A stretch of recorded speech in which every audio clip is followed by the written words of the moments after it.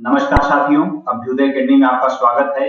आज से हम लोग टीजीटी, पीजीटी और जीआईसी एलटी के लिए समान रूप से उपयोगी एक टेस्ट सीरीज शुरू करने जा रहे हैं। इस टेस्ट सीरीज में कुल 50 प्रश्न होंगे जो पॉलिटिकल साइंस के सभी सेक्शन, जिसमें political theory, Indian political thought, western political thought, IR और पब्लिक एड, सभी यूनिट को कवर करते हुए इस 50 प्रश्नों की श्रृंखला तैयार की जाएगी, जिसको आप लोग ऑनलाइन और ऑफलाइन दोनों मोड में ज्वाइन कर सकते हैं।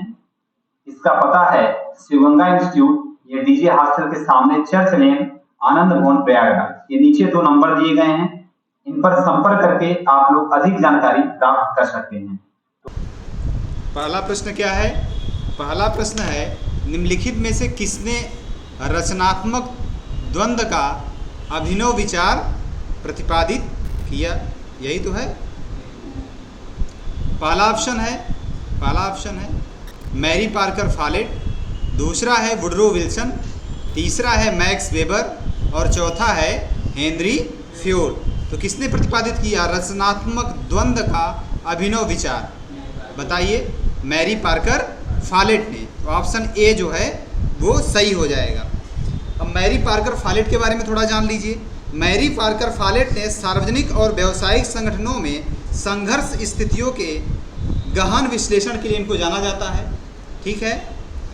अब इन्होंने इस रचनात्मक तरीके से जो संघर्ष समाधान के लिए वो 3 उपाय सुझाए हैं। ये कई बार पूछा गया है कि मैरी पार्कर फॉलेट ने रचनात्मक तरीके से संघर्ष को दूर करने के लिए किन 3 उपायों को सुझाया है। तो पहला उपाय है प्रभुत्व। पहला क्या है?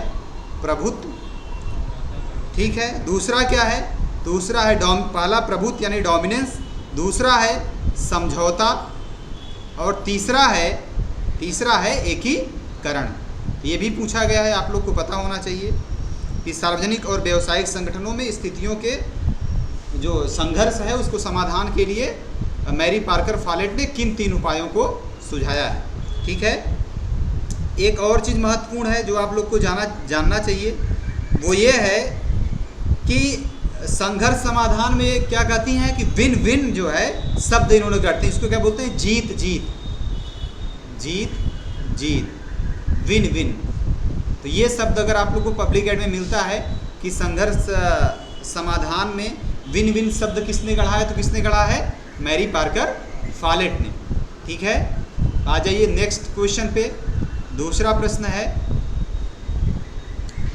ऑस्टिन की प्रभुसत्ता संबंधी सिद्धांत की प्रमुख रूप से आलोचना किसके द्वारा की गई है? बताइए। बोंदा द्वारा या लास्की द्वारा? ऑप्शन सी है मैकाइवर द्वारा या हेनरी मैन द्वारा। किसके द्वारा की गई है? ऑस्टिन के एकल संप्रभुता के प्रमुख आलोचकों में है हेनरी मैन। इसलिए ऑप्शन डी जो है वो सही हो जाएगा। ठीक है। हाँ, लास्की भी होगा, लास्की भी हो जाएंगे क्योंकि लास्की भी मैकाइवर है। अब इस तरह देखेंगे तो मैकाइवर भी हो जाएंगे बोंदा को छोड़ करके, क्योंकि ये दोनों कैसे हैं? ये दोनों बहुलवादी विचारक हैं। ठीक है। लेकिन यहाँ जो है ये क्वेश्चन का आंसर आयोग ने हेनरी मैन को माना था। ठीक है। हाँ? अरे ठीक है। हाँ, प्रमुख रूप से दोनों भी हैं, लास्की भी हैं, मैकाइवर भी हैं। तो ठीक है। नेक्स्ट क्वेश्चन है, अरस्तु के बाद राज्य का व्यवस्थित वर्णन किया है। बताइए। पहला है मैकियावेली, दूसरा है बोंदा, तीसरा है जॉन ऑस्टिन और लास्ट है हेगेल। तो बताइए, अरस्तु के बाद राज्य का व्यवस्थित वर्गीकरण किसने किया है? मैकियावेली ने। तो ऑप्शन ए जो है वो सही हो जाएगा। मैकियावेली के बाद और जानिए, मैकियावेली के बारे में थोड़ा सा और जान लेते हैं। इन्होंने अनुसंधान की जो है अनुभववादी और ऐतिहासिक पद्धति को अपनाया, जो इसके पहले किसने अपनाया था? अरस्तु ने अपनाया था। ठीक है। इसलिए अनुभववादी पद्धति अपनाने के कारण अरस्तु के बाद ये दूसरे विचारक बन जाते हैं जिन्होंने कौन सा अपनाया? एम्पेरिकल मेथड अपनाया। ठीक है। ये राज्य के 2 प्रकार बताते हैं। राज्य के 2 प्रकार बताते हैं। पहला प्रकार कौन है? पहला प्रकार है वंशानुगत राज्य। और दूसरा कौन सा है? दूसरा है नए राज्य। दूसरा है नए राज्य। दो तरह के राज्यों का उल्लेख करते हैं। नए राज्य कौन है? अच्छा, वंशानुगत जो परिवार में एक पीढ़ी दर पीढ़ी स्थानांतरित होते रहते हैं। हाँ, और नए राज्य क्या होते हैं? नए राज्य वे राज्य होते हैं जिन्हें किसी व्यक्ति द्वारा स्थापित किया जाता है, उसे सत्ता जो है वंशानुगत रूप में नहीं प्राप्त होता है। ठीक है। एक और महत्वपूर्ण प्रश्न है मैकियावेली संबंधी कि वो सरकारों के कितने प्रकारों का वर्णन करते हैं? सरकार के कितने प्रकार बताते हैं? सरकार का कितने प्रकार बताते हैं? लिख लीजिए इसको आप लोग। ये सरकार के 3 प्रकार बताते हैं। ठीक है। पहला कौन सा है? पहला कौन सा है?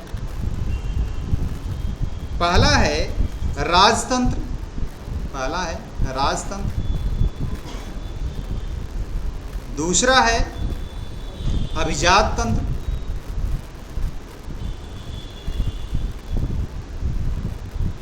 और लास्ट है तीसरा लोकतंत्र। लोकतंत्र। ठीक है। ये दोनों तथ्य आप लोग को पता होने चाहिए। नेक्स्ट क्वेश्चन है, वास्तविक अर्थ में अधिकार वे हैं जो वास्तविक अर्थ में विधिपालक हैं। किसके अनुसार? बताइए। वास्तविक अर्थ में अधिकार वे हैं जो वास्तविक अर्थ में विधिपालक हैं। किसके अनुसार? जेम्स मिल या जॉन स्टुअर्ट मिल या बेंथम या ह्यूम? बताइए। वास्तविक अर्थ में अधिकार वे हैं जो वास्तविक अर्थ में अधिकार वे हैं जो वास्तविक अर्थ में विधिपालक हैं। ये कथन है किसका है? बेंथम का है। ऑप्शन सी जो है वो सही हो जाएगा। ठीक है। बेंथम का और क्या महत्व है? बेंथम कानूनी अधिकारों के समर्थक हैं और क्या हैं? प्राकृतिक अधिकारों के आलोचक हैं। प्राकृतिक अधिकारों के आलोचक हैं। और क्या किसकी बात करते हैं? बात करते हैं एक व्यक्ति एक मत की। एक व्यक्ति एक मत की। उपयोगितावाद के संस्थापक भी हैं। उपयोगितावाद के संस्थापक भी हैं। जेल सुधार पर बात करते हैं। जेल सुधार, जिसको क्या नाम देते हैं वो? पैनोप्टिकन। ठीक है। तो ये सब आप लोग याद रखिए। नेक्स्ट है डूब पद्धति को कहते हैं। पहला है एकल हस्तांतरणीय मत प्रणाली होगा। इसमें क्या लिखा है? एकल, हाँ, एकल संक्रमणीय मत प्रणाली भी बोल सकते हैं। एकल संक्रमणीय मत प्रणाली। दूसरा है, रिपीट हो गया है क्या?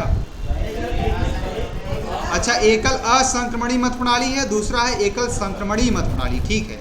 तीसरा है वैकल्पिक मत प्रणाली और चौथा है सूची प्रणाली। तो बताइए डूब पद्धति को क्या कहते हैं? डूब पद्धति को बोलते हैं एकल संक्रमणीय मत प्रणाली। ऑप्शन बी जो है वो सही हो जाएगा। ठीक है। एकल संक्रमणीय मत प्रणाली को और क्या बोलते हैं? बताइए। हेयर प्रणाली भी बोलते हैं। ठीक है। क्या बोलते हैं? हेयर प्रणाली भी बोलते हैं। ठीक है। हेयर प्रणाली भी इसको बोलते हैं। कौन इसको एक बोलते हैं एंड्रे प्रणाली भी बोलते हैं। अच्छा, डूब के बाद क्या बोलते हैं? एंड्रे प्रणाली भी बोलते हैं। सब याद रखिएगा। ठीक है। इसे कौन विकसित कर रहा है? डेनमार्क के मंत्री एंड्रे ने। कब? 1850 में। 1850 में इसे विकसित कर रहा है। ठीक है। ये सब आप लोग को पता होना चाहिए। नेक्स्ट क्वेश्चन है, निम्नलिखित में से किस देश के संविधान में अवशेष शक्तियां या अवशिष्ट शक्तियां राज्यों में निहित है? बताइए। ये एलटी में पूछा जा सकता है। बढ़िया क्वेश्चन है। पहला है कनाडा, दूसरा है रूस, तीसरा है भारत और चौथा है ऑस्ट्रेलिया। बताइए कौन सा होगा? अच्छा, एक चीज़ और आप लोग जान लीजिए। ये क्वेश्चन नंबर 5 कौन था? हाँ, संविधान की सर्वप्रथम। ये हो गया, छूट गया ना? हाँ, तो पहले इसको कर लेते हैं। संविधान की सर्वप्रथम उत्पत्ति हुई। बताइए। पहला है कनाडा, दूसरा है अमेरिका, तीसरा है रूस और चौथा है ब्रिटेन। बताइए कितने लोग कह रहे हैं कि अमेरिका होगा? कितने लोग कह रहे हैं कि अमेरिका होगा और कितने लोग कह रहे हैं ब्रिटेन होगा? आपका क्या मानना है? आपका ब्रिटेन वाले सही हैं। ठीक है, ब्रिटेन वाले सही हैं। संविधान की सर्वप्रथम उत्पत्ति मानी जाएगी ब्रिटेन से। ठीक है। संविधान और संविधानवाद ये दोनों अवधारणाएं कहाँ से आ रही हैं? ब्रिटेन से आ रही हैं, ठीक है। अब ब्रिटेन अलिखित संविधान का जन्म स्थली है, जिसका मतलब थोड़ी ना है कि संविधान की ही नहीं है, ठीक है। तो याद रखिएगा वहाँ अलिखित संविधान है, लेकिन संविधान तो है ही, ठीक है। अब एक चीज़ और ध्यान रखिए, अमेरिका किसका जनक है? अमेरिका किसकी जननी है? अमेरिका है लिखित संविधान, ठीक है। अमेरिका किसका है? लिखित संविधान।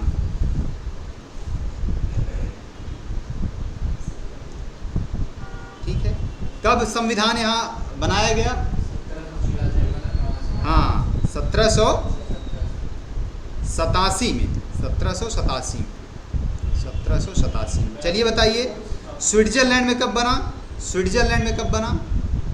स्विट्जरलैंड में संविधान बन रहा है 1848 में, 1848 में। कनाडा में कब बन रहा है? कनाडा में कब बन रहा है? कनाडा में बन रहा है 1867 में, 1867 में। जर्मनी में 1871 में। सब याद रखिए आप लोग। और वहाँ सोवियत संघ में वही सोवियत क्रांति के बाद वो लोग अपना एक नियम बना रहे हैं लगभग 1924 के आसपास, ठीक है। नेक्स्ट है, निम्न में से किस देश के संविधान में अवशेष शक्तियाँ राज्यों में निहित हैं? पहला है कनाडा, दूसरा है रूस, तीसरा है भारत और चौथा है ऑस्ट्रेलिया। चलिए बताइए कहाँ निहित है अवशेष शक्तियाँ राज्यों में? इन चारों में बताइए। फिर आप गलत कर दिए। ऑस्ट्रेलिया, ऑप्शन डी जो है वो सही होगा, ऑप्शन डी। यही सब गलती नहीं करना है। अवशिष्ट शक्तियाँ भारत कहाँ से लिया है? कनाडा से। इसमें क्या पूछा है? राज्यों में निहित है। भारत में अवशिष्ट शक्तियाँ कहाँ निहित हैं? केंद्र में निहित हैं। समझ रहे हैं आप? तो पहले जान लीजिए कि केंद्र में कहाँ कहाँ निहित हैं। केंद्र में निहित है पहली बात कनाडा में, और दूसरा भारत में। राज्य में कहाँ निहित हैं? राज्य में कहाँ निहित है? राज्यों में सबसे पहले अमेरिका में, अमेरिका में निहित है। अमेरिका के बाद कहाँ है? ऑस्ट्रेलिया। और तीसरा कहाँ है? तीसरा है स्विट्जरलैंड, ठीक है। स्विट्जरलैंड, ठीक है, स्विट्जरलैंड, ठीक है। नेक्स्ट क्वेश्चन है, निम्न में से किस संघीय व्यवस्था में राज्यों को संघ से अलग होने का अधिकार है? पहला है कनाडा, दूसरा है सोवियत संघ, ये क्वेश्चन रिपीटेड है, हमें लगता है कल वाले परसों टेस्ट सीरीज में था ना। तीसरा है अमेरिका और लास्ट है भारत। तो ये होगा सोवियत संघ में। ऑप्शन बी जो है वो सही हो जाएगा।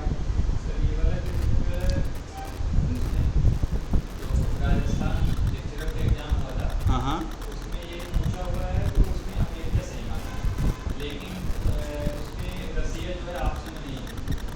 हाँ, सोवियत संघ ऑप्शन में नहीं है ना, ठीक है। तो इसको आप लोग ध्यान में रखिएगा। अब ये हमें लगता है आयोग बेस है, कुछ आयोग इसको सोवियत संघ मान रहे हैं, कुछ जो है अमेरिका मान रहे हैं। और अमेरिका अविनाशी राज्यों का संघ है, वहाँ प्रावधान है, लेकिन जैसा कि कल किसी ने बताया कि वहाँ के जो न्यायिक निर्णयों में उसका उपबंध किया गया है कि राज्य केंद्र से अलग नहीं हो सकते हैं।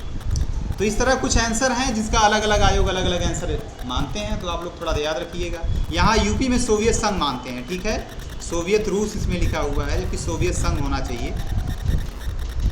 चलो नेक्स्ट है, रैमजे मैकडोनाल्ड के सांप्रदायिक निर्णय में कहा गया था? पहला बताइए केंद्र व प्रांतीय दोनों व्यवस्थापिका के बारे में, और दूसरा है केवल प्रांतीय व्यवस्थापिका में स्थानों के बंटवारे में कहा गया था। फ्रेमिंग सही नहीं हुई क्या? तीसरा है केवल केंद्रीय व्यवस्थापिका के बारे में, और लास्ट है उपरोक्त में से सभी सत्य हैं। बताइए क्या सही होगा? क्या सही होगा? ऑप्शन बी, ऑप्शन बी, केवल प्रांतीय व्यवस्थापिका में स्थानों के बंटवारे के बारे में कहा गया था, ठीक है। जो रैमजे मैकडोनाल्ड है ये कब आ रहे हैं? ये आया 1932 में, ठीक है। 1932 में जो ब्रिटिश प्रधानमंत्री थे रैमजे मैकडोनाल्ड, उनके द्वारा ये निर्णय लाया गया, जिसमें क्या कहा गया कि मुस्लिम, सिख, भारतीय, ईसाई, एंग्लो इंडियन और यूरोपीय दलितों के लिए क्या किया जाएगा? पृथक निर्वाचन का उपबंध किया जाएगा। ठीक है, इसी के तहत महात्मा गांधी और डॉक्टर भीमराव अंबेडकर के बीच में मतभेद हुआ, जिसके तहत क्या किया गया, पूना पैक्ट किया गया। तो ये सब याद रखिएगा आप लोग। पूना पैक्ट कब किया गया, 1932 में। ठीक है, पूना पैक्ट। नेक्स्ट क्वेश्चन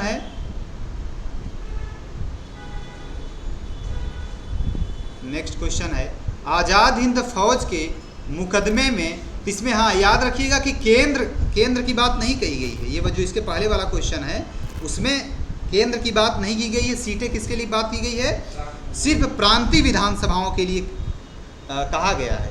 केंद्रीय व्यवस्थापिकाओं में कुछ सीटें जो है आरक्षित की गई थी, लेकिन इस निर्णय का मुख्य फोकस किस पर था, प्रांतीय स्तर पर।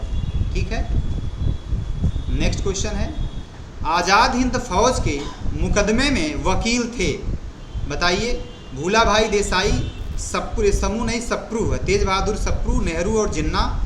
दूसरा है भूला भाई देसाई, तेज बहादुर सप्रू, काटजू, नेहरू, आसिफ अली। तीसरा है तेज बहादुर सप्रू, आसिफ अली, जिन्ना, नेहरू। और लास्ट है उपरोक्त में से कोई नहीं। तो बड़ा महत्वपूर्ण मुकदमा चला था, वही आज़ाद हिंद फौज के 20,000 कैदियों के ऊपर मुकदमा चलाया गया था लाल किले में। इसमें कौन कौन वकील थे, इसमें वकील थे भूला भाई देसाई, तेज बहादुर सप्रू, काटजू और जवाहरलाल नेहरू और आसिफ अली। ठीक है, ये ऑप्शन बी जो है ये सही हो जाएगा।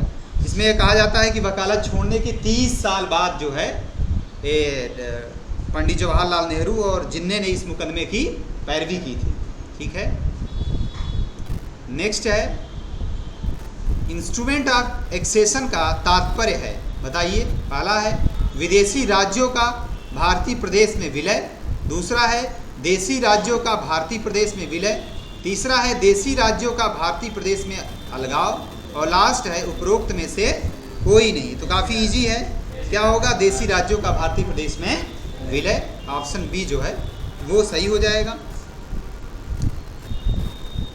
इसमें तहत किन रियासतों का विलय किया गया था, इसमें किया गया था जूनागढ़ का और हैदराबाद का और जम्मू कश्मीर का। ठीक है, जूनागढ़ और हैदराबाद को कब शामिल किया गया था, 1948 में। जम्मू कश्मीर को कब शामिल किया गया था, 26 अक्टूबर 1947 में। ठीक है, अक्टूबर 1947 में। ठीक है, नेक्स्ट क्वेश्चन है,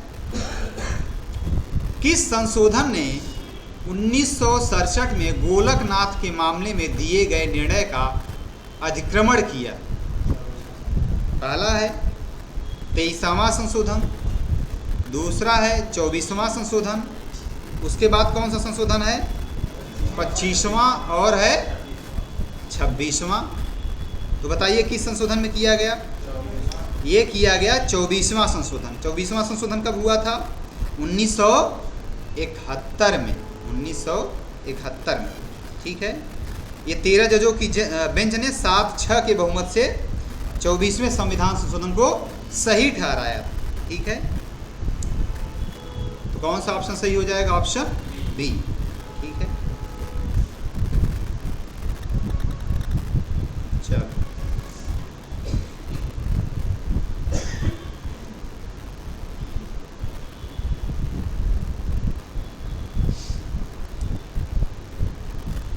नेक्स्ट क्वेश्चन कौन सा है, निम्नलिखित में से कौन से विचारक सहभागी लोकतंत्र से संबंधित हैं, बताइए।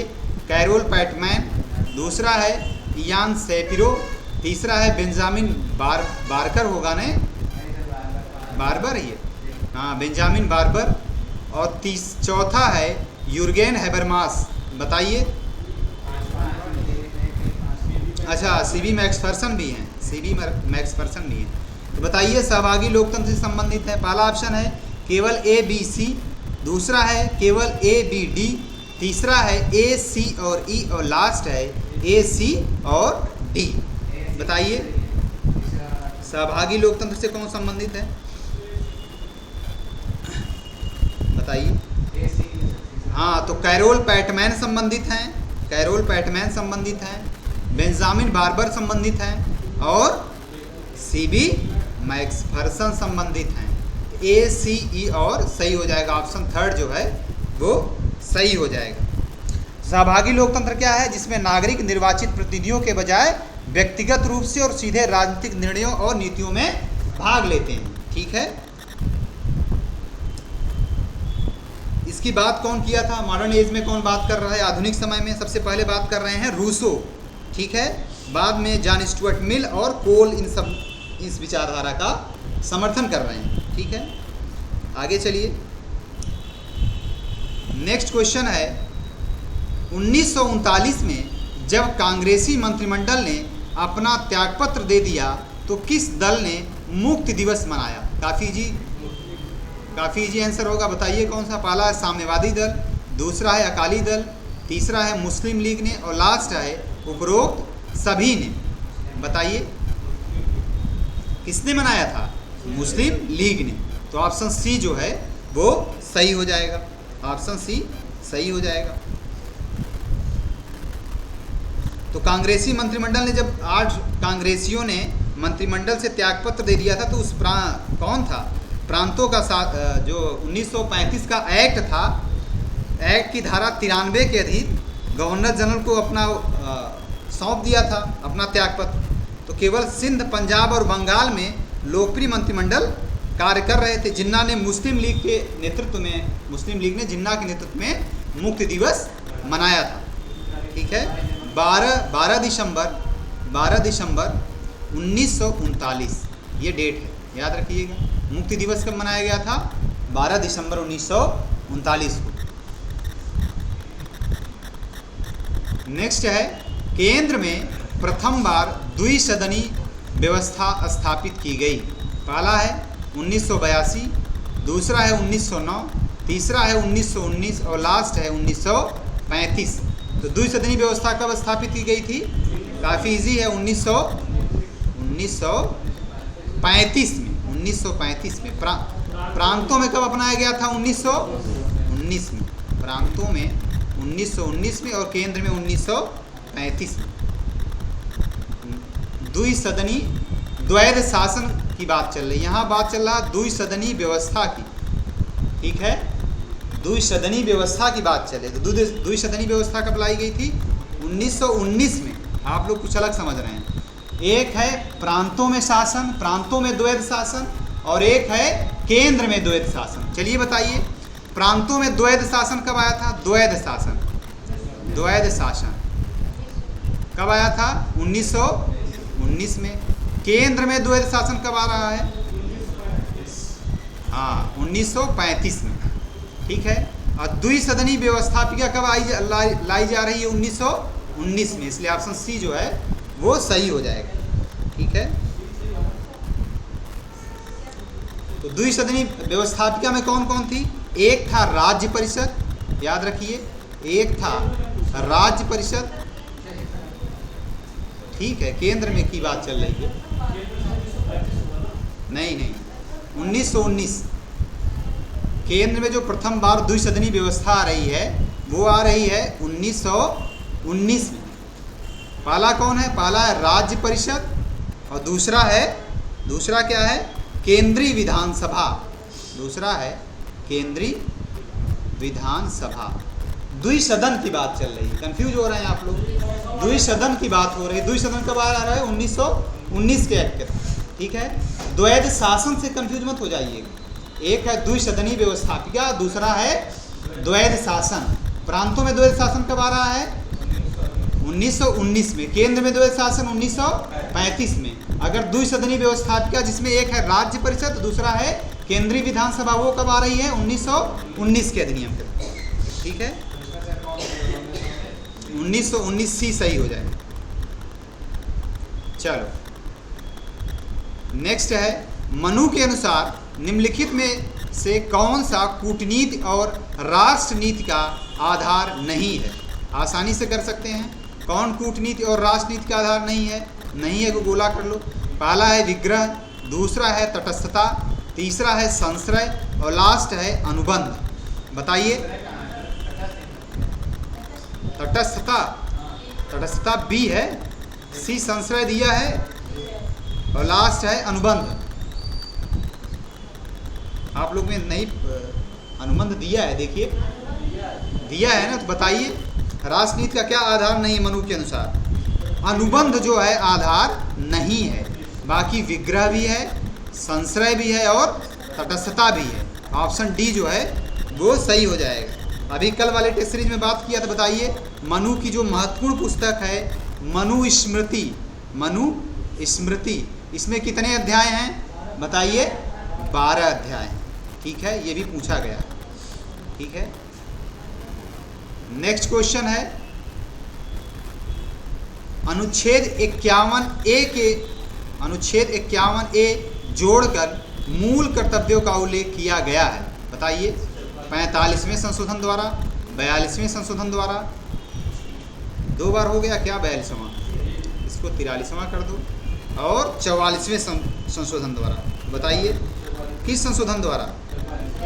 51A को जोड़कर मूल कर्तव्य का उल्लेख किया गया है 42वें संशोधन द्वारा, 42वें संशोधन द्वारा। ऑप्शन बी जो है सही हो जाएगा।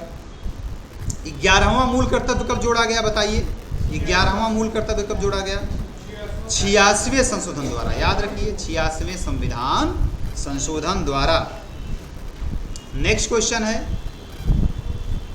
क्वेश्चन है सत्रावसान करना राष्ट्रपति की किस शक्ति से संबंधित है? पहला है न्यायिक शक्ति, दूसरा है कार्यपालिका शक्ति, तीसरा है विधायी शक्ति और लास्ट है विवेकाधिकार। बताइए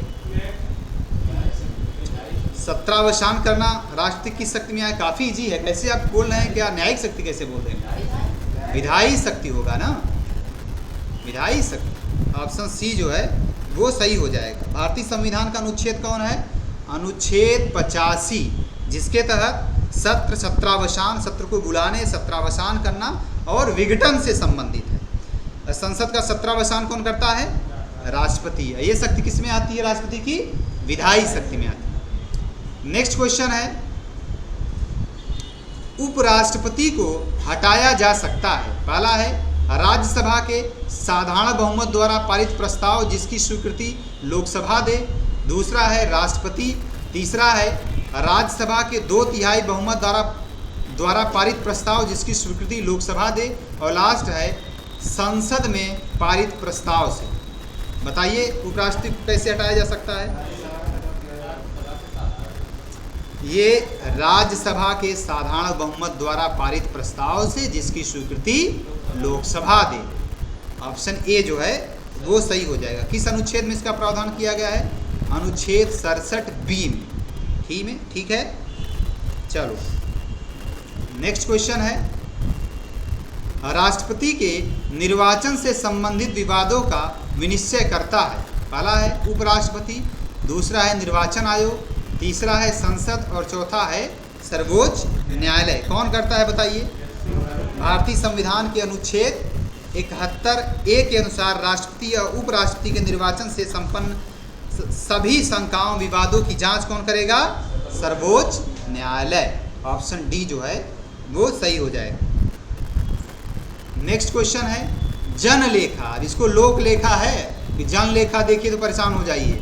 जनलेखा लोक लेखा एक ही है। जनलेखा समिति का कार्यकाल होता है, बताइए।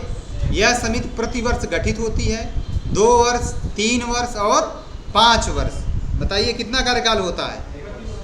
हाँ, प्रतिवर्ष 1 वर्ष इसका कार्यकाल होता है, इसलिए ऑप्शन ए सही हो जाएगा। अब आइए और हम इसको थोड़ा डिटेल में देखते हैं, तीनों समितियों को समझने का प्रयास करते हैं। बताइए सबसे पहले लोकलेखा को ले लीजिए। लोकलेखा समिति, बताइए इसका गठन कब हो रहा है? कब हो रहा है? ये 1919 के अधिनियम के तहत इसकी स्थापना हो रही है 1921 में। 1921 में कितने सदस्य हैं इसके? 15, 7, 22। 15 कहाँ के हैं? लोकसभा के, एंड 7 जो हैं वो राज्यसभा के हैं। ठीक है, ये लोकसभा के नियम 308 के तहत गठित की जाती है। ठीक है, अब आ जाओ दूसरे पे। दूसरा है प्राक्कलन समिति। प्राक्कलन समिति, इसके बारे में जानते हैं। इसका गठन कब हो रहा है? इसका गठन जो है 1950 में जॉन मथाई के सुझाव पर या सिफारिश पर इसका गठन हो रहा है। तो याद रखिएगा, क्वेश्चन पूछा गया है किसकी सिफारिश पर? जॉन मथाई की सिफारिश पर गठित हो रहा है। इसमें कितने सदस्य होते हैं?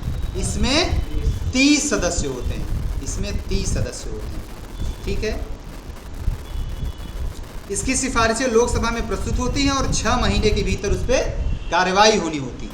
अब आ जाइए सार्वजनिक उपक्रम समिति पे। सार्वजनिक उपक्रम समिति पे इसका गठन या स्थापना कब हो रहा है? 1964 में। 1964 में किस समिति की सिफारिश पर हो रहा है? सब लिख लीजिए, कृष्ण मेनन समिति की सिफारिश पर। कृष्ण मेनन समिति की सिफारिश पर। एक जगह कंपाइल करके सब लिख डालिए। कितने सदस्य होते हैं? वही लोक लेखा वाला, 15 लोकसभा से और 7 राज्यसभा से। ठीक है, चलो आगे चलते हैं। नेक्स्ट क्वेश्चन है, कौन विधेयक धन विधेयक, कोई विधेयक धन विधेयक है कि नहीं, इसको कौन प्रमाणित करता है? पहला है स्पीकर, दूसरा है प्रधानमंत्री, तीसरा है राष्ट्रपति और चौथा है संसद। तो काफ़ी इजी है, बताइए कौन प्रमाणित करता है? स्पीकर करता है। स्पीकर करता है। कहा गया है कि कोई विधेयक धन विधेयक है या नहीं, उस पर लोकसभा के अध्यक्ष का निश्चय अंतिम होता है। किस अनुच्छेद में कहा गया है? अनुच्छेद 110(3) में कहा गया है। धन विधेयक के मामलों में लोकसभा का निर्णय अंतिम होगा। चलो नेक्स्ट है, राज्यपाल की योग्यता और नियुक्ति के बारे में क्या सही है? बताइए। पहला है वह भारत का नागरिक हो, दूसरा है उसने 25 वर्ष की आयु पूरी कर ली हो, तीसरा है वह 6 वर्षों के कार्यकाल के लिए राज्यपाल के पद पर रहता है, और लास्ट है वह प्रधानमंत्री को संबोधित स्वयं लिखकर अपने पद से त्यागपत्र दे सकता है। नीचे कूट दिए गए हैं। पहला है ए, दूसरा क्या है? ए बी, यहीं लिख लीजिए। दूसरा है ए और बी, तीसरा क्या है? ए बी डी, और चौथा क्या है? ए बी सी और डी। जल्दी से बताइए क्या सही होगा? केवल ए सही होगा, वह भारत का नागरिक हो। ठीक है, भारतीय संविधान के किस अनुच्छेद में राज्यपाल की नियुक्ति के लिए योग्यता बताई गई? बताइए। अनुच्छेद 157 व 158 में। ठीक है, क्या बताई गई है? वह भारत का नागरिक हो, कितनी उम्र हो उसकी? 35 वर्ष। 35 साल का हो चुका हो। दूसरा क्या है? तीसरा क्या है? वह राज्य सरकार व केंद्र सरकार या इन राज्यों के नियंत्रण के अधीन किसी सार्वजनिक लाभ के पद पर न हो। उसके बाद क्या है? वह पागल या दिवालिया न हो। चौथा क्या है? वह संसद या विधानमंडल का सदस्य नहीं होना चाहिए। और लास्ट क्या है? 7वां क्या है योग्यता उसकी? ये किसी अन्य लाभ के पद पर न हो। ठीक है, तो कूट ए जो है वो सही हो जाएगा। चलो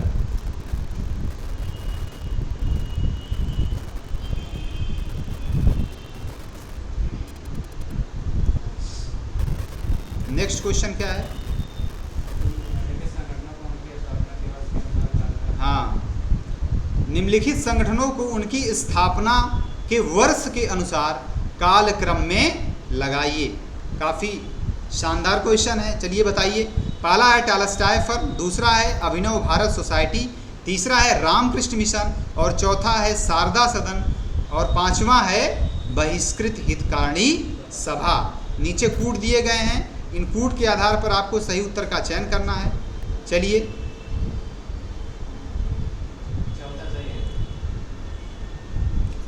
एक एक का सन देखते हैं हम लोग। एक एक का सन देखते हैं। सबसे पहले क्या आ रहा है? सबसे पहले आ रहा है शारदा सदन। सबसे पहले शारदा सदन आ रहा है। शारदा सदन की स्थापना कब हो रही है? 1889 में। 1889 में। कौन कर रहा है इसकी स्थापना? ये क्वेश्चन पूछा गया है पंडित रामाबाई ने। ठीक है, देख लीजिएगा, शायद 1889। ठीक है, इसके बाद चलिए दूसरा क्या है, रामकृष्ण मिशन है। रामकृष्ण मिशन की स्थापना किसने किया था बताइए, स्वामी विवेकानंद ने। कब किया था, 1897 में, 1897 में। उसके बाद क्या है, उसके बाद है अभिनव भारत सोसाइटी। अभिनव भारत सोसाइटी की स्थापना कब हो रही है, इसकी हो रही 1904 में, 1904 में। कौन कर रहा है, विनायक दामोदर सावरकर, उनके बड़े भाई गणेश दामोदर सावरकर, दोनों सावरकर बंधुओं ने इसकी स्थापना की। ये जो अभिनव भारत सोसाइटी है, इसे शुरू में नासिक में किसके नाम से स्थापित किया गया था, मित्र मेला के नाम से, ये भी याद रखिएगा, मित्र मेला के नाम से इसे स्थापित किया गया था। ये गुप्त सोसाइटी थी, ठीक है। अब आ जाइए किस पे, टॉलस्टॉय फर्म पे, टॉलस्टॉय फर्म पे, ठीक है। कब इसकी स्थापना गांधी जी ने किया था, स्थापना किया था 1908 में, 1908 में, ठीक है।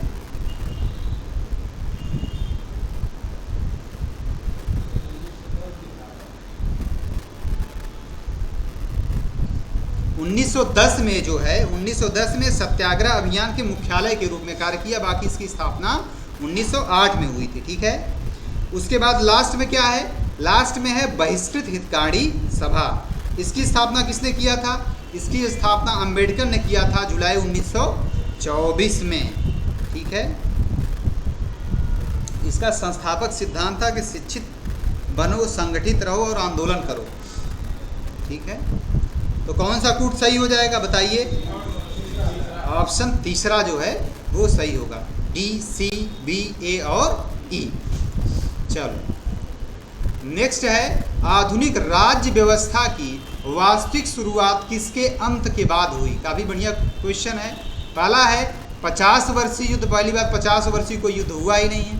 दूसरा है 30 वर्षीय युद्ध, अभी परसों वाली टेस्ट सीरीज में हम लोगों ने इसके बारे में बात किया था। फिर है 100 वर्षीय युद्ध, और चौथा है 10 वर्षीय युद्ध।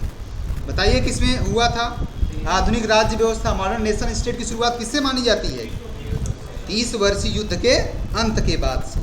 30 वर्षीय युद्ध के अंत के बाद कौन सी संधि हुई थी, कल हम लोग बात किए थे, वो संधि हुई थी वेस्टफेलिया की संधि, वेस्टफेलिया की संधि, वेस्टफेलिया की संधि। ये काफ़ी महत्वपूर्ण है। कब हुई थी, ये हुई थी 1648 में, 1648 में। इससे आधुनिक राज्य व्यवस्था की शुरुआत होती है। ये जो 30 वर्षीय युद्ध था, चला कब था, 30 वर्षीय युद्ध कब चला था, ये चला था 1618 से 1648 तक, ठीक है। चलो नेक्स्ट क्वेश्चन है, संघ द्वारा उद्ग्रहित तथा संग्रहित तथा संघ व राज्यों के बीच वितरित किए जाने वाले कर हैं। चलो बताओ। पहला है कृषि भूमि से भिन्न संपत्ति के उत्तराधिकार के संबंध में शुल्क। दूसरा है कृषि आय से भिन्न आय पर कर। तीसरा है समाचार पत्रों के क्रय और उसके प्रकाशित विज्ञापनों पर कर। और चौथा है समाचार पत्रों से भिन्न माल की क्रय या विक्रय पर कर। चलो बताओ, बताइए क्या सही होगा। संघ उद्ग्रहित, संग्रहित तथा संघ व राज्यों के वितरित किए जाने वाले कर में क्या शामिल होगा, कृषि आय से भिन्न आय पर कर, ठीक है। कृषि आय से भिन्न आय पर कर का उल्लेख भारतीय संविधान के अनुच्छेद 270A में किया गया है, ठीक है, ठीक है।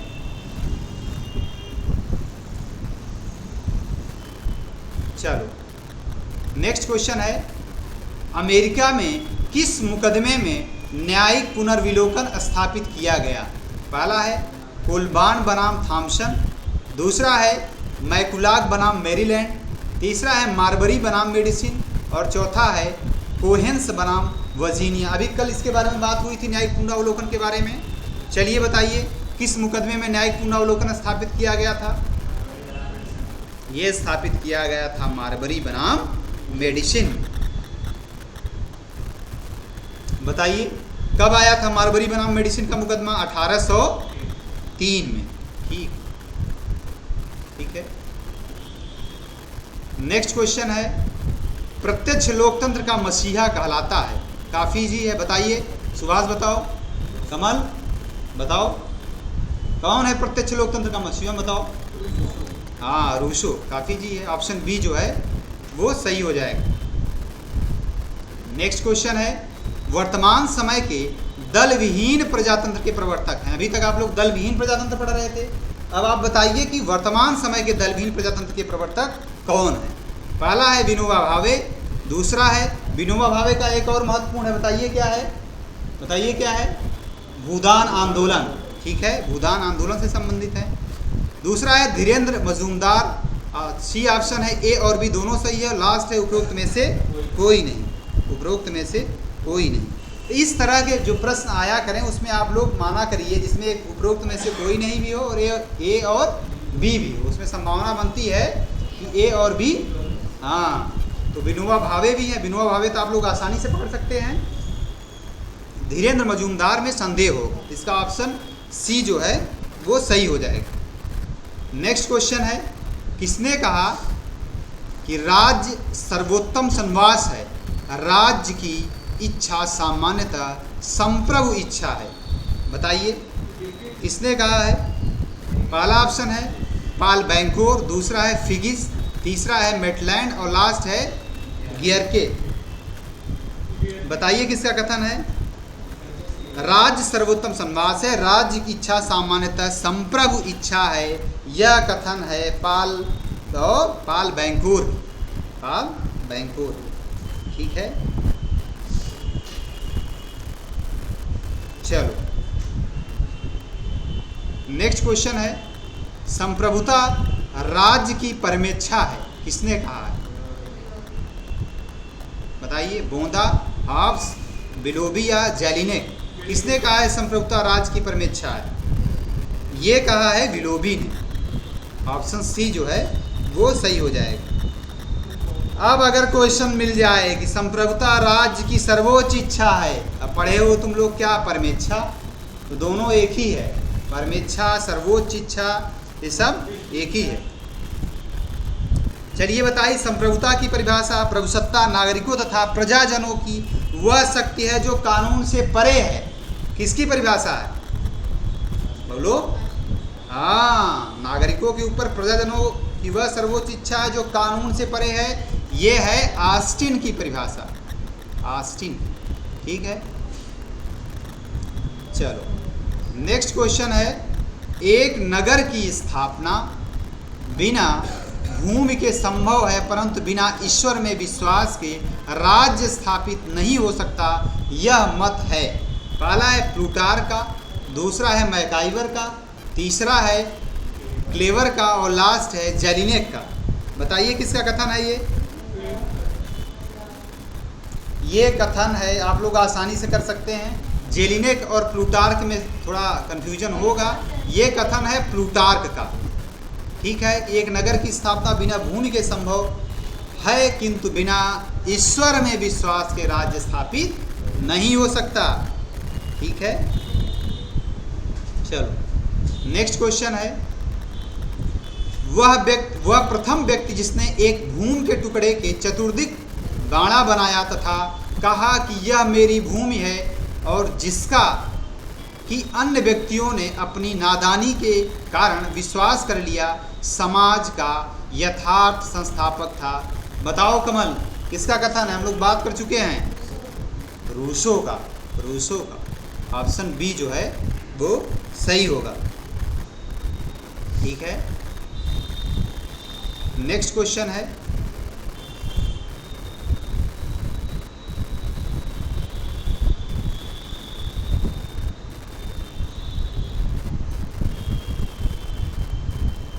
चलो बताओ, वह कौन सा प्रथम लेखक था जिसने भूमि को राज्य का आवश्यक तत्व बताया? बताइए, भूमि को राज्य का आवश्यक तत्व कौन बता रहा है? पहला है ब्लंट्सली, दूसरा है निकोलस ऑफ क्रूशा, तीसरा है क्लेवर और लास्ट है डुगवी। बताइए कौन आवश्यक मान रहा है? बताइए, पीछे आप लोग तो पढ़े हैं, विलोबी, सीले, डिग्विट, हाल, ये चार विचारक हैं जो क्या मानते हैं। तो चलो क्या सही हो जाएगा? क्लेवर जो है पहला लेखक है जो निश्चित भूभाग को क्या कह रहा है, आवश्यक मान रहा है। ठीक है। ब्लंसली जो था वो, उसका एक प्रसिद्ध कथन है, जिस तरह राज्य का वैयक्तिक आधार जनता है उसी प्रकार भौतिक आधार भूमि है। ये कथन पूछा गया कि जिस तरह राज्य का वैयक्तिक आधार जनता है उसी प्रकार उसका भौतिक आधार भूमि है। यह किसका कथन है, ब्लंसली का। ठीक है, आगे चलो। नेक्स्ट क्वेश्चन है, वैज्ञानिक भौतिकवाद का संबंध किससे है? चलिए बताइए। पहला है रूसो, दूसरा है हॉब्स, तीसरा है एंजिल्स और लास्ट है मार्क्स। बताइए वैज्ञानिक भौतिकवाद का संबंध किससे है? हाँ, वैज्ञानिक भौतिकवाद का संबंध है हॉब्स से। मार्क्स किससे संबंध है? द्वंद्वात्मक भौतिकवाद से। द्वंद्वात्मक भौतिकवाद है मार्क्स, द्वंद्वात्मक। ठीक है।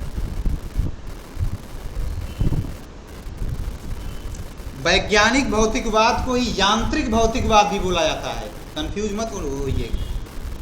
ठीक है, चलो आगे चलो। राज्य के लिए कॉमनवेल्थ शब्द का प्रयोग किसने किया? बताइए। हॉब्स, दूसरा है रूसो, तीसरा है जॉन लॉक और लास्ट है ह्यूगो ग्रोसियस। किसने किया? हाँ, हॉब्स ने। ऑप्शन ए जो है वो सही हो जाएगा। वैज्ञानिक भौतिकवाद है, वैज्ञानिक समाजवाद। बताइए समाजवाद शब्द का सबसे पहले प्रयोग किसने किया था? Robert oven. ये सब याद रखिएगा। नेक्स्ट है, हॉब्स का जन्म कब हुआ था? तो एक काफ़ी फैक्चुअल क्वेश्चन है, आसानी से आप लोग देखिए कर सकते हैं कि नहीं। पहली बात क्या?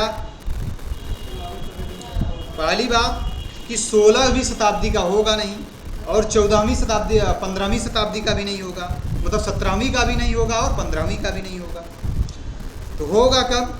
अब कंफ्यूजन होगा 15 अप्रैल और 5 अप्रैल में। 1588 तो कन्फर्म है, तो हुआ था इसका 5 अप्रैल को। ये काफ़ी फैक्चुअल क्वेश्चन है, इस तरह तो नहीं देना चाहिए, सन ही रहे। तो कब हुआ था? हाँ, 5 अप्रैल 1588। ये नहीं, ठीक है। तो ऑप्शन डी जो है वो सही हो जाएगा। नेक्स्ट क्वेश्चन है, निम्न में से कौन सा विचारक प्राकृतिक अधिकारों के सिद्धांत को स्वीकार नहीं करता? चलिए बताइए। पहला है रूसो, दूसरा है लॉक, तीसरा है एडम स्मिथ और लास्ट है मार्क्स। तो बताइए कौन सिद्धांत प्राकृतिक अधिकारों को स्वीकार नहीं करता है? Karl Marx. ठीक है, ऑप्शन डी जो है वो सही हो जाएगा। नेक्स्ट है, विश्व में प्रथम समाजवादी राज्य की स्थापना किसने की? पहला है माओ, दूसरा है ब्लंसली और तीसरा है लेनिन और लास्ट है कार्ल मार्क्स। तो चलिए बताइए किसने किया था? हाँ, लेनिन। माओ कौन कह रहा है? लेनिन ने। ऑप्शन सी जो है वो सही हो जाएगा। कब स्थापना हुई थी? विश्व की पहली समाजवादी राज्य की स्थापना कब हो रही है? नवंबर क्रांति सुना है? नवंबर 1917 में। नवंबर 1917 में। लास्की जो है वो लेनिन को आधुनिक इतिहास का महानतम क्रांतिकारी कह के पुकारते हैं। आधुनिक इतिहास का महानतम क्रांतिकारी। चलो, किस प्रकार के राज्य में जनमत पूरी तरह से राज्य के नियंत्रण में होता है? बताओ। विकासवादी राज्य, दूसरा है लोकतांत्रिक राज्य, तीसरा है साम्यवादी राज्य और लास्ट है समाजवादी राज्य। बताइए किस राज्य में जनमत पूरी तरह से राज्य के नियंत्रण में होता है? हाँ, विकासवादी में संभव ही नहीं है, लोकतांत्रिक राज्य में भी संभव नहीं है, साम्यवाद में राज्य ही नहीं रहेगा, बचता है समाजवादी राज्य। इसलिए ऑप्शन डी जो है वो सही हो जाएगा। चलो, नेक्स्ट है, निम्न में से कौन जनमत निर्माण का साधन नहीं है? पहला क्या है? पहला है नृत्य संगीत, दूसरा है रेडियो, तीसरा है दूरदर्शन और चौथा है प्रेस तथा समाचार पत्र। बताइए क्या होगा? क्या साधन नहीं है? नृत्य संगीत से कहाँ जनमत का निर्माण होता है भाई? जनमत का, ठीक है ठीक है, समाचार पत्र से तो होता ही है, हालांकि बिहार में तो हो सकता है, हैं, बिहार में तो हो सकता है। ठीक है, तो ऑप्शन ए जो है सही होगा। नेक्स्ट है आधुनिक अर्थ में संविधान शब्द का सर्वप्रथम प्रयोग किस शताब्दी में हुआ था? चलो बताओ। 17वीं में, दूसरा है 19वीं में, तीसरा है 18वीं में, क्या कर रहे हो, और लास्ट है 20वीं में। बताओ। आधुनिक अर्थ में संविधान शब्द का सर्वप्रथम प्रयोग किस शताब्दी में हुआ? जल्दी से बताओ। सबसे पहले अमेरिका में संविधान कब बन रहा है? 1787 में। तो इसका मतलब किस कौन सी सदी हो गई? 18वीं। तो ऑप्शन सी जो है वो सही हो जाएगा। चलो नेक्स्ट क्वेश्चन है, मंत्रिमंडल को ब्रिटेन में कानूनी मान्यता कब प्राप्त हुई? बताओ। 1945, 1957, 1914 और 1937। कब मान्यता मिल रही है? 1937 में। ऑप्शन सी जो है वो सही हो जाएगा। ऑप्शन डी सही हो जाएगा। एक एक्ट आया था जिसको बोलते हैं मिनिस्टर ऑफ क्राउन एक्ट, उसी के तहत ब्रिटेन में मंत्रिमंडल को कानूनी मान्यता प्राप्त हुई थी। चलो नेक्स्ट क्वेश्चन है, अब्राहम मैस्लो के संदर्भ में सही की पहचान करें। पहला है आदर की आवश्यकताएं, दूसरा है आत्म प्रत्यक्षीकरण, तीसरा है अपनेपन की आवश्यकताएं, चौथा है सुरक्षा की आवश्यकताएं और लास्ट है मनोरंजन की आवश्यकताएं। बताओ क्या होगा? ए, बी, सी और डी। मनोरंजन को हटा दो। अब इस पे एक क्रोनोलॉजी पूछा जाता है कि किस क्रम में है आवश्यकता। तो सबसे पहले क्या होगा? सबसे पहले आदर की आवश्यकता होगा। अच्छा हाँ, सबसे पहले शारीरिक होगा। सबसे पहले हाँ शारीरिक होगा, फिर सुरक्षा होगा। शारीरिक सुरक्षा के बाद क्या होगा?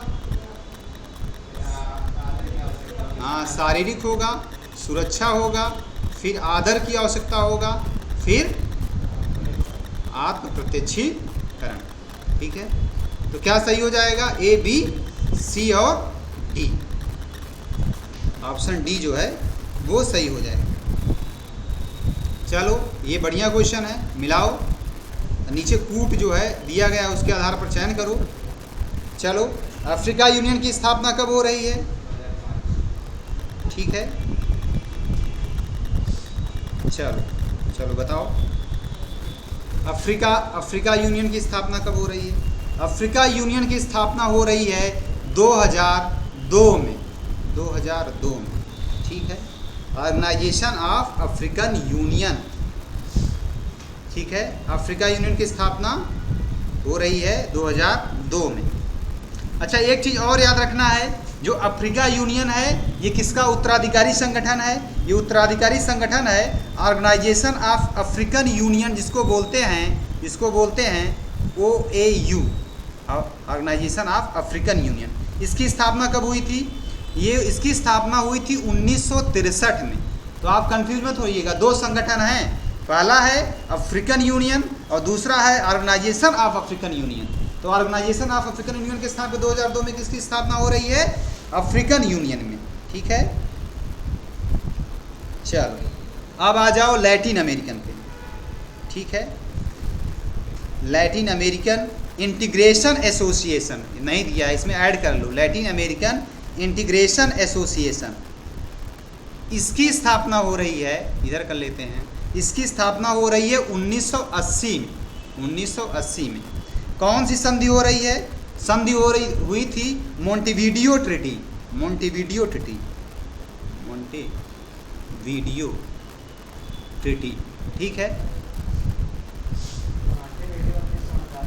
ठीक है, मोंटेविडियो ट्रीटी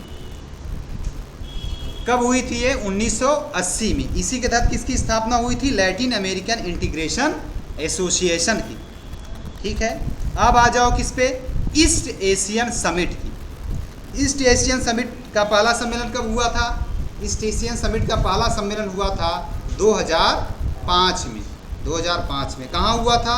मलेशिया में कुआलालंपुर लंपुर में, कुआलालंपुर में, मलेशिया कुआलालंपुर में। ठीक है, चलो नेक्स्ट है यूरेशियन इकोनॉमिक कम्युनिटी। इसका गठन कब हो रहा है? यूरेशियन इकोनॉमिक कम्युनिटी का गठन हो रहा है 2000। ठीक है, 2000। बताइए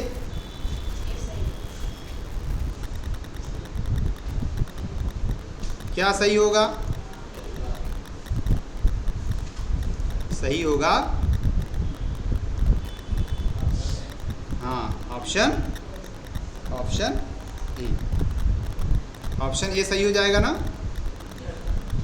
चलो नेक्स्ट है, निम्नलिखित में से कौन सी अवधारणा जॉन रॉल से संबंधित नहीं है? नहीं है बताना है। पहला है जस्टिस एज फेयरनेस, दूसरा है डिस्ट्रीब्यूटिव जस्टिस, तीसरा है क्लास इन इटसेल्फ, चौथा है वेल ऑफ इग्नोरेंस। बताइए क्या होगा? क्लास इन इटसेल्फ संबंधित नहीं है, बाकी 1, 2 और 4 संबंधित है। इनकी पुस्तक कौन है?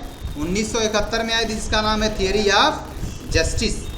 ठीक है, और कौन सी पुस्तक है जो 93 में 99 में आ रही है? एक है पॉलिटिकल लिबरलिज्म, बड़ी महत्वपूर्ण पुस्तक है। कब आई थी? 1993 में। उसके बाद द लॉ ऑफ पीपल कब आया था? 1999 में। ठीक है, और 2001 में एक और महत्वपूर्ण पुस्तक आई जिसका नाम है जस्टिस एज फेयरनेस। ये तीनों चारों किताब आप लोग को पता होनी चाहिए। चलो, तो क्या सही हो जाएगा? ऑप्शन थर्ड जो है ये सही हो जाएगा, राल से संबंधित नहीं है। ये बड़ा शानदार प्रश्न है। चलो बताओ, भारत सरकार एवं उसके प्रांतीय प्रादेशिक संगठनों के मध्य हस्ताक्षरित समझौते के आरोही क्रम को ज्ञात कीजिए। चलो बताओ, असम समझौता है असम अकॉर्ड, दूसरा है आनंदपुर साहिब संकल्प, तीसरा है राजीव गांधी लोंगोवाल समझौता, और लास्ट है शिलांग समझौता। लास्ट है मिजो शांति समझौता, बड़ा महत्वपूर्ण है।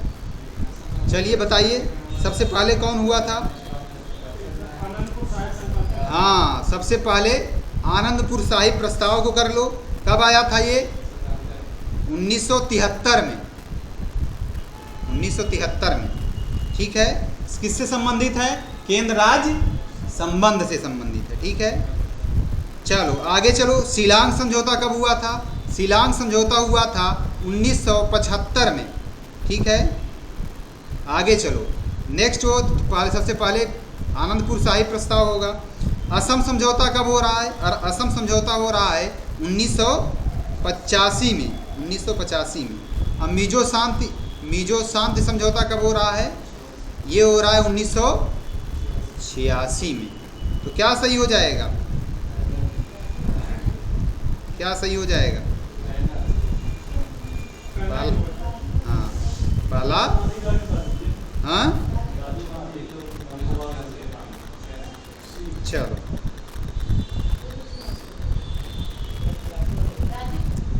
तो इस तरह सही हो जाएगा ऑप्शन ए। ठीक है, BDCA। अच्छा, राजीव गांधी वाला बचा हुआ है क्या? राजीव गांधी, हाँ, तो ये कब? अच्छा, राजीव गांधी लोंगोवाल समझौता ना।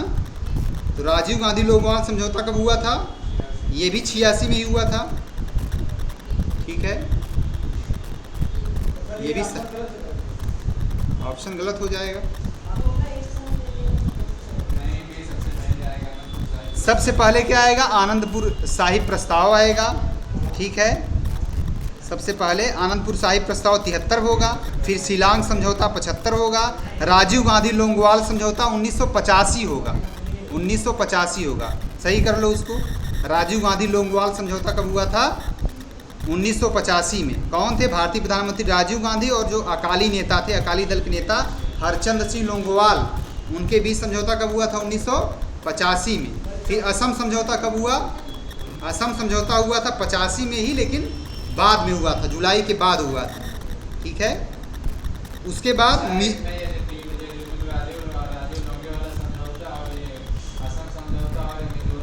मिजो शांति समझौता हुआ 1986 में।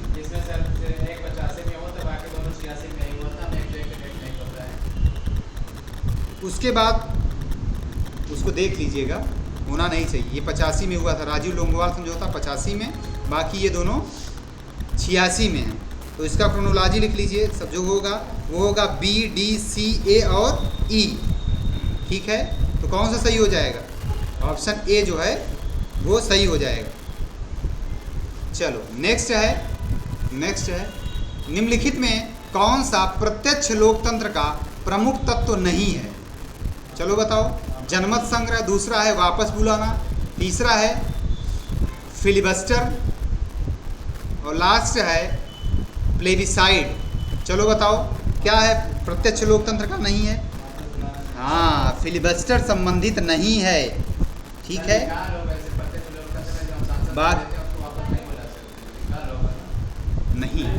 नहीं भाई, जनमत संग्रह होगा, वापस प्रत्यक्ष लोकतंत्र में रिकॉल नहीं होगा। क्यों नहीं होगा? अगर जनता के हितों के अनुसार कार्य नहीं कर रहा है, जनता उसे वापस बुला लेगी। तो जनमत संग्रह रिफरेंडम भी होगा, रिकॉल वापस बुलाना भी होगा और प्लेबिसाइड भी होगा। फिलिबस्टर नहीं होगा, फिलिबस्टर नहीं होगा। ठीक है, अच्छा फिलिबस्टर का क्या मतलब हुआ? एक मिनट, फिलिबस्टर क्या होता है? फिलिबस्टर एक प्रक्रिया है जिसके तहत कोई भी जो प्रतिनिधि है वो एक लंबे दौर तक बोलता रहता है संसद में, या जो वहाँ की विधानसभा है जो भी है उस देश की, वहाँ एक लंबे समय तक बोलता रहता है, जिससे विधायी प्रक्रियाओं में बाधा पहुँचती है। बेसिकली अमेरिका में अपनाया जाता है। ठीक है, तो क्या सही हो जाएगा?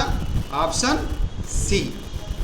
ठीक है, चलो नेक्स्ट है, किसने कहा था कि राजमर्मज्ञ शक्ति के रूप में परिभाषित हित की दृष्टि से चिंतन और कार्रवाई करते हैं? किसने कहा था? पहला है मॉर्गनथाउ, दूसरा है जॉर्ज एफ कैनन, तीसरा है हेराल्ड निकोलसन और चौथा है हेनरी ए किसिंजर। किसने कहा था? ये कहा था मॉर्गनथाउ ने कि शक्ति के रूप में परिभाषित हित की दृष्टि से चिंतन और कार्रवाई करते हैं। कौन करता है? राजमर्मज्ञ। ठीक है, चलो इन्हीं का एक और महत्वपूर्ण कथन है, बताओ क्या है? शक्ति को परिभाषित करते हुए क्या कहते हैं कि व्यक्तियों के मस्तिष्क और कार्यों पर मनुष्य का जो नियंत्रण है वो क्या है? शक्ति है। ठीक है, शक्ति के रूप में परिभाषित करते हैं किस रूप में? मनुष्य के मस्तिष्क और उसके कार्यों पर नियंत्रण। तो ऑप्शन ए जो है वो सही हो जाएगा।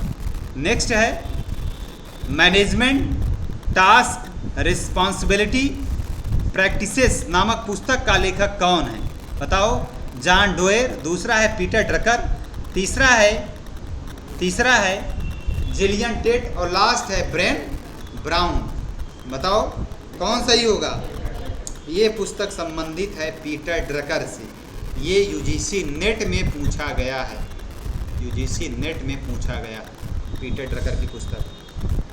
चलो आ जाओ नेक्स्ट क्वेश्चन पे। महत्वपूर्ण क्वेश्चन है, बहुत शानदार है। पद प्रत्यक्ष युद्ध और दूसरा है जिसको कहते हैं वार ऑफ मैन्यूवर और दूसरा है अप्रत्यक्ष युद्ध। ये पद नहीं होगा, सिर्फ प्रत्यक्ष युद्ध होगा। और दूसरा है अप्रत्यक्ष युद्ध जिसको कहते हैं वार ऑफ पोजीशन। निम्नलिखित में किससे संबंधित है? चलो बताओ किससे संबंधित है? पहला है फ्रांज फैनन और दूसरा है माओ त्से तुंग, तीसरा है ग्रामसी और लास्ट है मार्क्स। ये संबंधित है ग्रामसी से, ये संबंधित है ग्रामसी से। ठीक है, ठीक है, तो ऑप्शन सी जो है वो सही हो जाएगा। ठीक है, ऑप्शन सी जो है वो सही हो जाएगा। लास्ट क्वेश्चन है,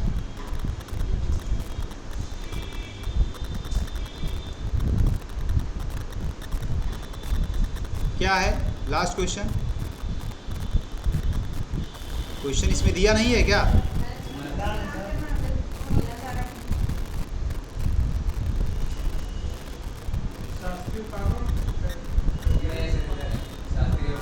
हाँ, सूची 1 को सूची 2 से सुमेलित कीजिए तथा नीचे दिए गए कूट का प्रयोग करते हुए सही उत्तर का चयन कीजिए। एक तरफ सूची 1 दी गई है, दूसरी तरफ सूची 2 में उनके विचारक दिए हुए हैं। दृष्टिकोण और विचारकों से आप लोग को मैच कराना है। चलो बताओ। शास्त्रीय उपागम, वैज्ञानिक प्रबंधन उपागम, मानवीय संबंध उपागम और व्यवहारवादी उपागम। चलो बताओ, शास्त्रीय उपागम से कौन संबंधित है, जल्दी बताओ। Henry Fayol. वैज्ञानिक प्रबंध उपागम से कौन संबंधित है, जल्दी बताओ। Frederick Taylor. मानव संबंध उपागम से कौन संबंधित है, बताओ। Elton Mayo. Elton Mayo. व्यवहारवादी उपागम से कौन संबंधित है, साइमन। तो किसी कोई कंफ्यूजन नहीं, तो क्या सही हो जाएगा, ऑप्शन डी सही हो जाए। ठीक है, चलिए बताइए किससे कितने क्वेश्चन सही हो रहे हैं, काउंट करिए।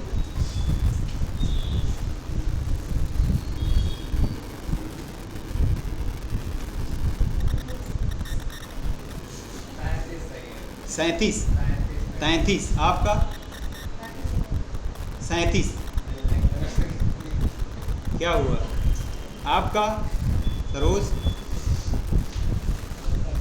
33, 27, बहुत बढ़िया। पीछे शिवम, हाँ 26,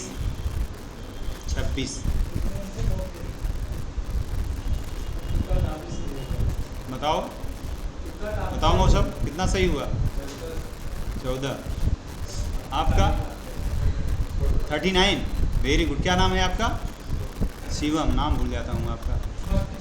32, वाह। आपका 34, ठीक है। और कौन बचा है, हाँ तुम्हारा